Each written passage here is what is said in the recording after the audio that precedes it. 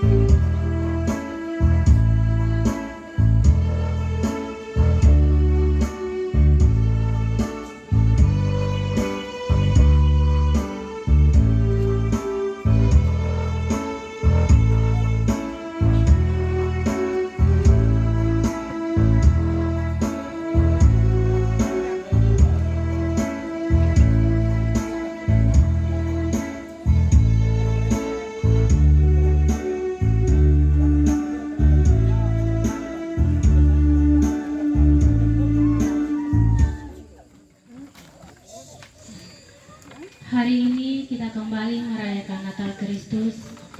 Kita mengenang dan memperingati karya keselamatan Allah bagi dunia dan semua umat manusia, termasuk persekutuan kita di saat ini. Bersama-sama kita menyatu hati dan bersyukur karena kasih-Nya yang besar. Ia rela menjadi sama dengan manusia dalam diri Tuhan Yesus Kristus yang lahir di Betlehem melalui Yusuf dan Maria. Kita merayakan peristiwa iman yang terjadi ribuan tahun lampau di tengah tantangan dan persoalan yang mewarnai perjalanan hidup persekutuan keluarga-keluarga Kristen saat ini.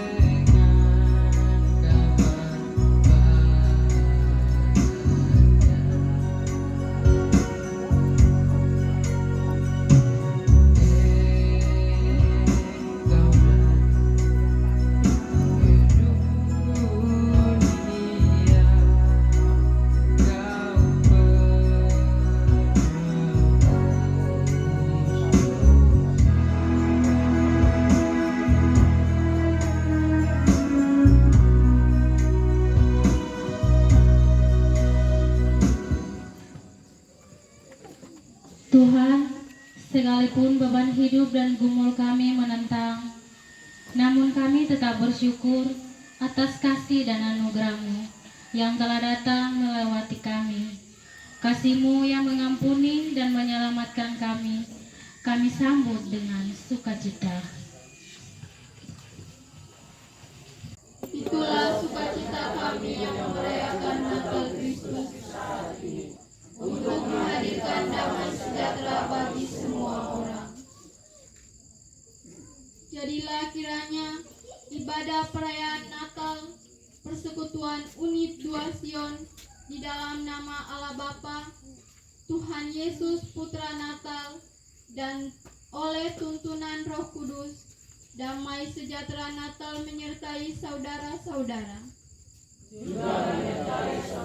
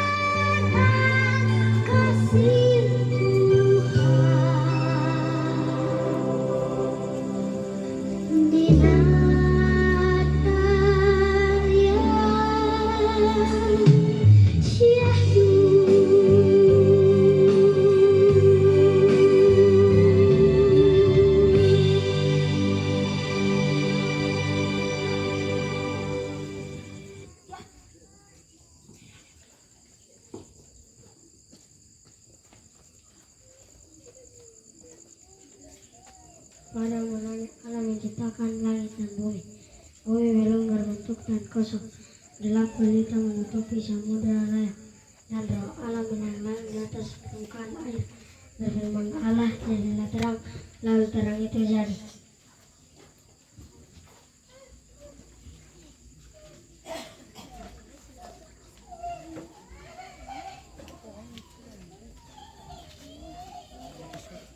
Bangsa yang berjalan dalam kegelapan terang melihat terang yang besar.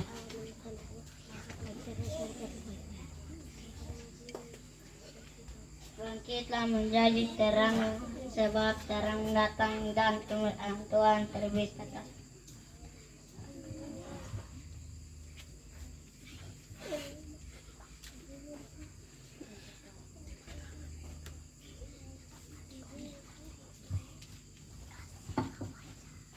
Kemuliaan bagi Allah di tempat yang maha tinggi, dan damai sejahtera di bumi di antara manusia yang berkenan kepadanya.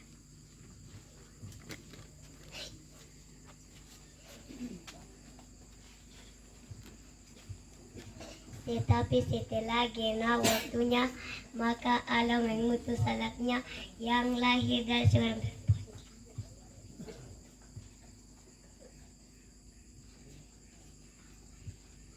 Suatu tunas akan keluar dari penggalisai dan taruk, dan akan tumbuh dari akarnya dan akan berbuah.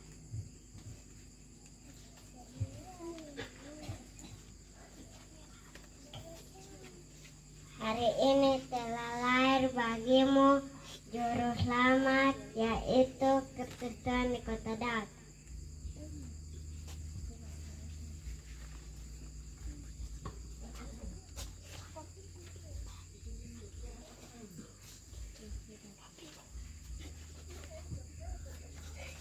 Akulah garam dan terang dunia.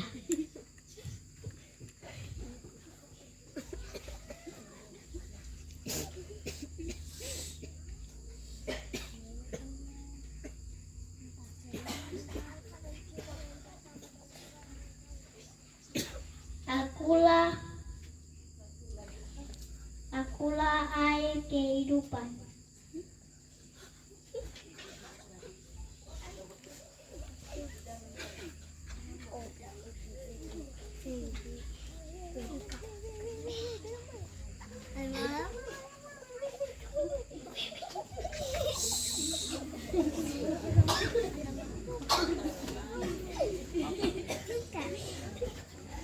Immanuel, Allah beserta kita.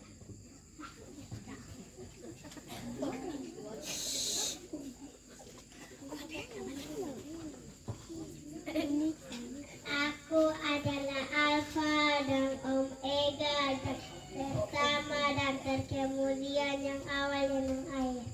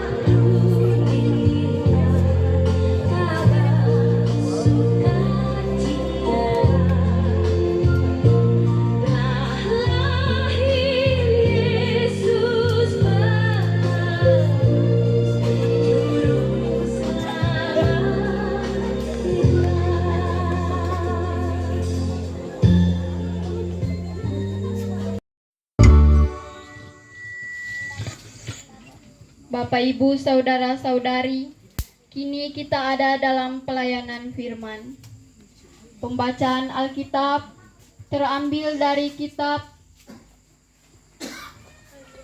Perjanjian Baru, yakni Injil Lukas Lukas 2 ayat 1 sampai 7.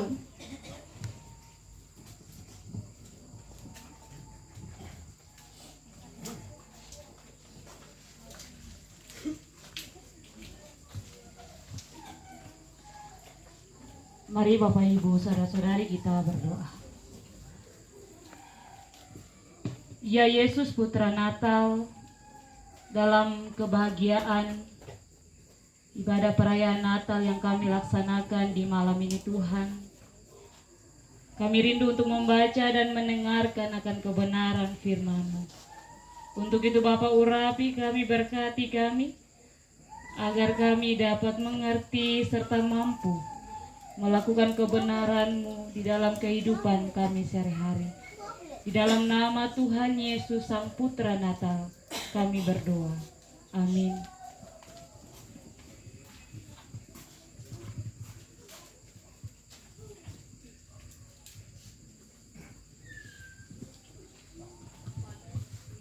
Bapak Ibu serta anak-anak sekalian, pembacaan kita di malam ini terbaca dalam kitab Kudus Perjanjian Baru Lukas 2 ayat 1 sampai 7 dengan topik pembacaan kelahiran Yesus. Pada waktu itu Kaisar Agustus mengeluarkan suatu perintah menyuruh mendaftar semua orang di seluruh dunia. Inilah pendaftaran yang pertama kali diadakan sewaktu Kirenius menjadi wali negeri di Syria. Maka pergilah semua orang mendaftarkan diri masing-masing di kotanya sendiri. Demikian juga Yusuf pergi dari kota Nazaret di Galilea ke Yudea, ke kota Daud yang bernama Bethlehem, karena ia berasal dari keluarga dan keturunan Daud, supaya didaftarkan bersama-sama dengan Maria, tunangannya, yang sedang mengandung.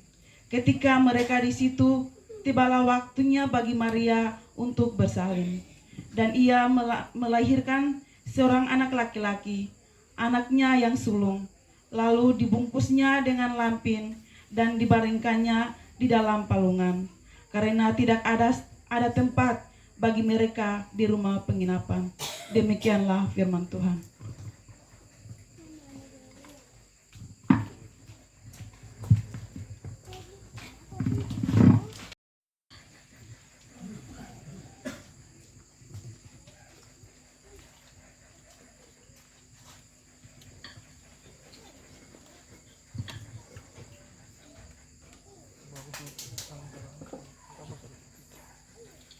Bapak Ibu saudara-saudara keluarga besar unit 2 sektor Sion yang kita kasihi di dalam Tuhan Yesus Kristus, selamat malam, shalom.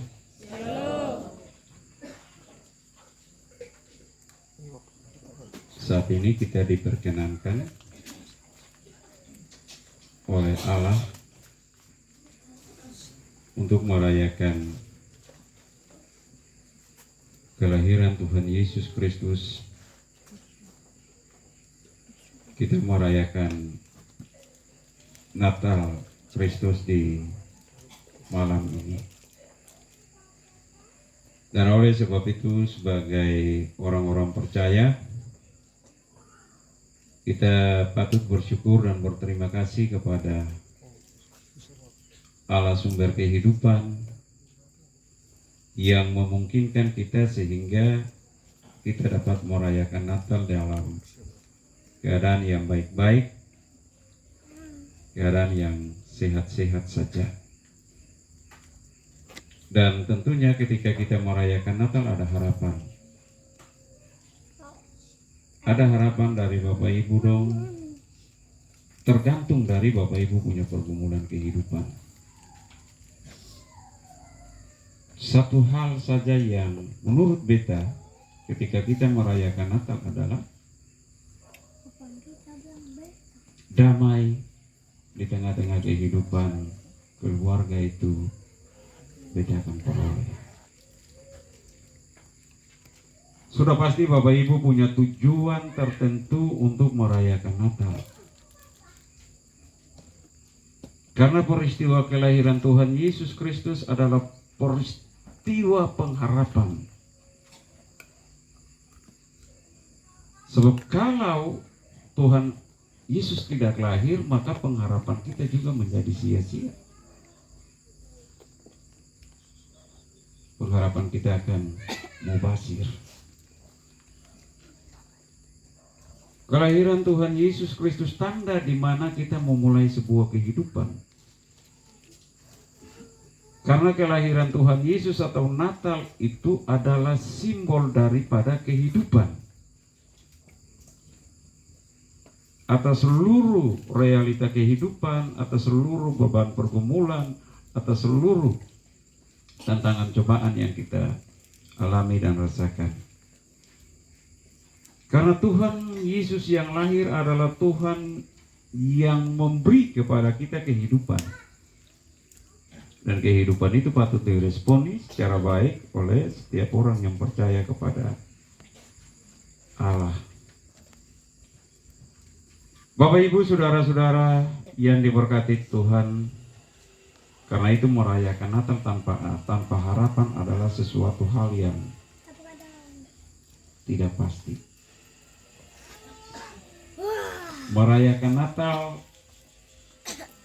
dengan harapan adalah sesuatu yang membuat kita bahagia, membuat kita sukacita, membuat kita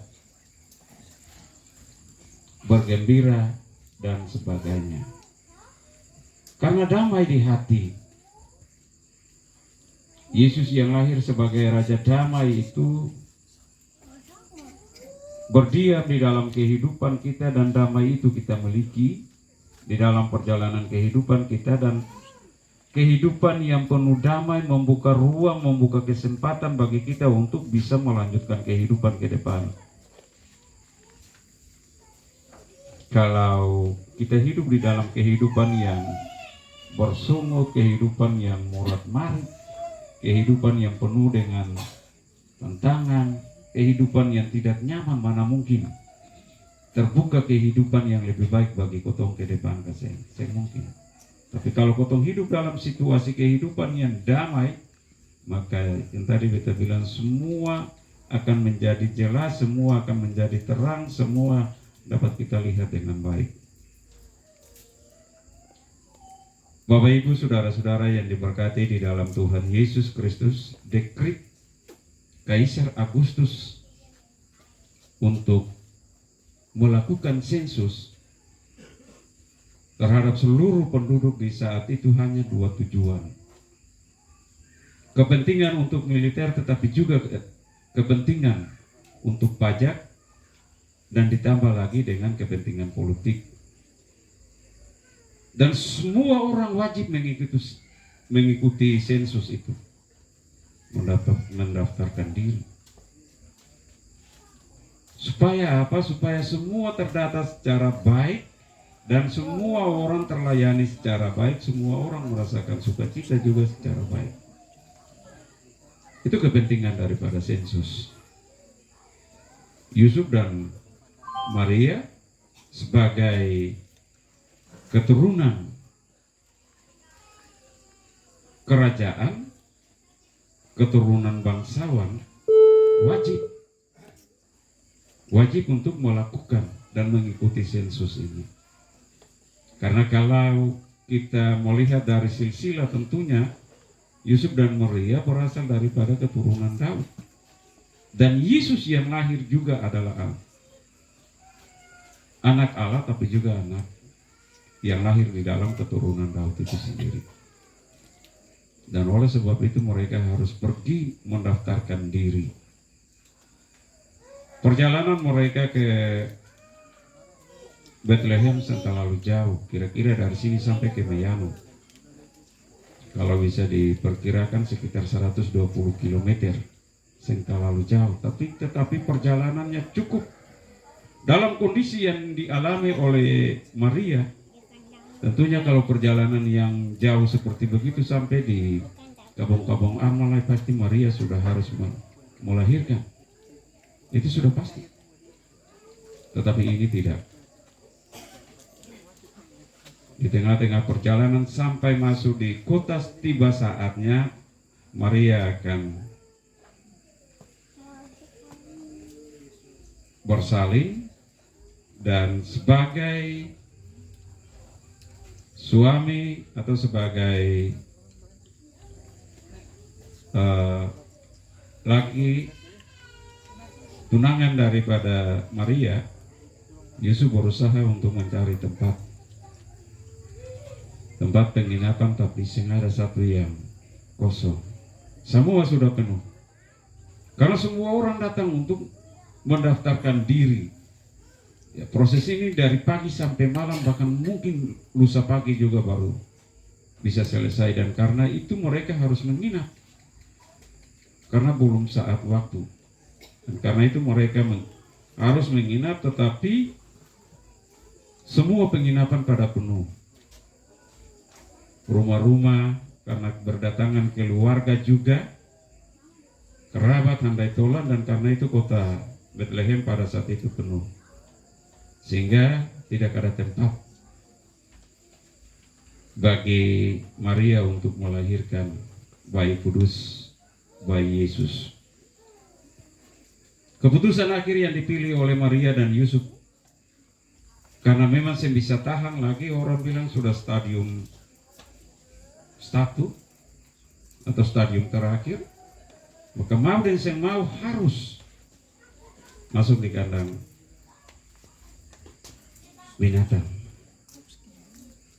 Dan disitulah Maria melahirkan Yesus. Di kandang binatang, kandang domba, kandang yang memang sangat-sangat jijik, sangat-sangat kotor, dan sebagainya. Tetapi itulah realita di dalam kesederhanaan terbentuk, dan peristiwa kelahiran Tuhan Yesus ini lalu membuat semua orang kagum. Kagumnya di mana? Karena ia lahir sebagai raja yang akan memerintah dengan adil, yang akan memerintah dengan benar.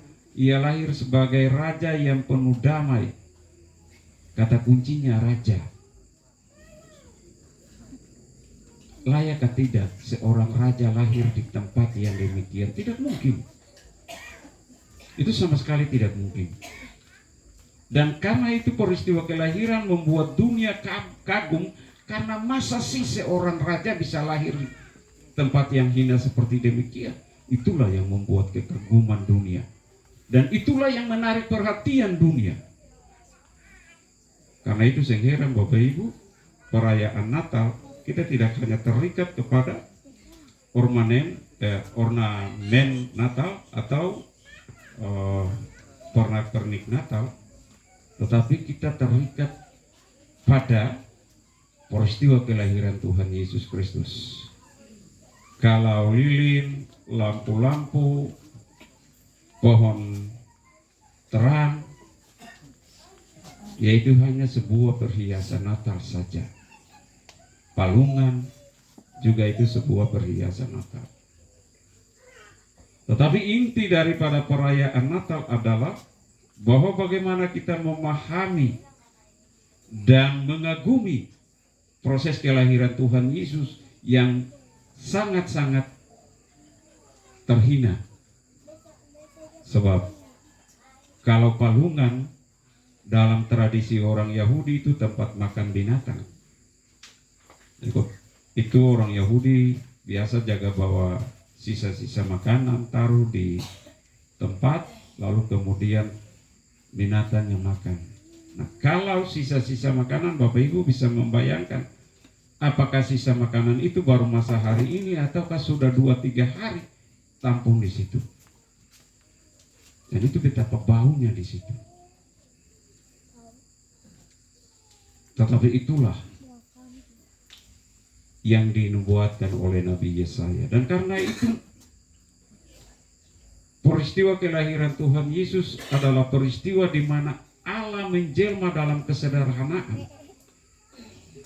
kesederhanaan manusia itu sendiri. Bukan lahir di hotel, bukan lahir di penginapan dan sebagainya, tetapi di kandang.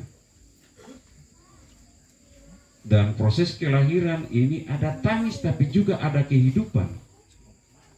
Pertanda bahwa kehidupan manusia ada derka tapi juga ada kutuk. Sebab ketika tangisan itulah jeritan manusia.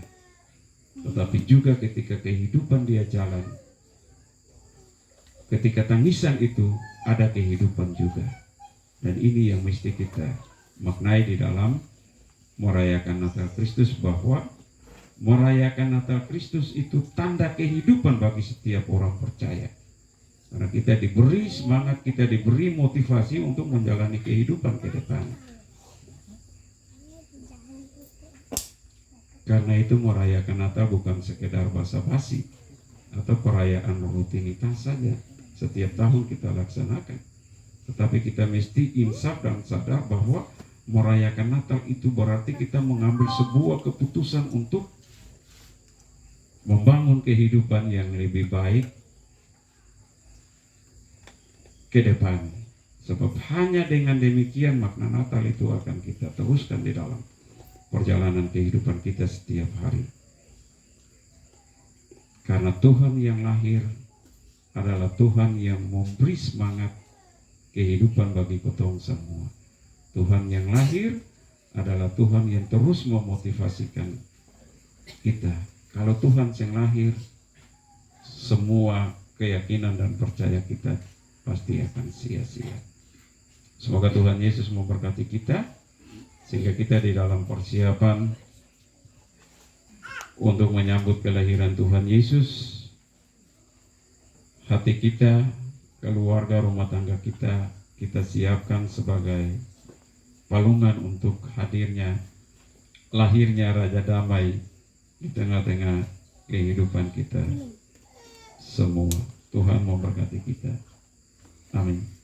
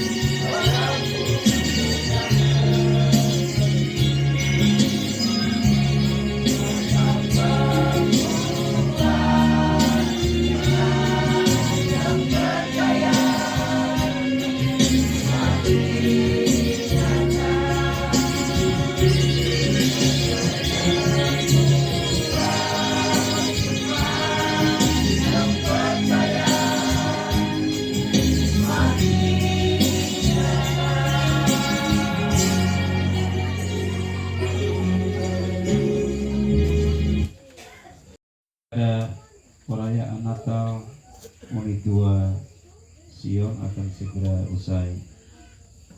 Namun tugas pelayanan dan kesaksian kita tidak pernah usai. Masuklah hari-hari hidup dengan tetap menjadi lilin yang terus menyala di tengah-tengah dunia melalui tutur kata dan perilaku